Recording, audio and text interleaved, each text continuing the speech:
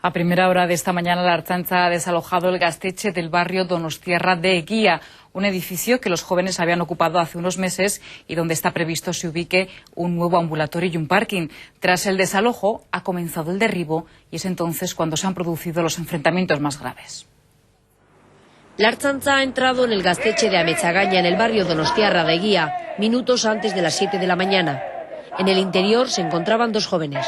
Jóvenes de la zona habían ocupado el edificio vacío como Gaztetxe hace unos meses. El juez había decretado ya la orden de desalojo. Han subido corriendo hasta el piso de arriba, nosotros nos encontramos en el primer piso, nos han visto, nos han tenido ahí unos 10 minutos, les hemos preguntado por la orden de desalojo y riéndose nos han dicho que esto no va con orden de desalojo. Nada más producirse el desalojo, han comenzado las protestas de los jóvenes. La Ertzaintza ha acordonado el edificio y se ha ido caldeando el ambiente. Al final, containers volcados y carga policial. Para entonces las máquinas ya estaban trabajando.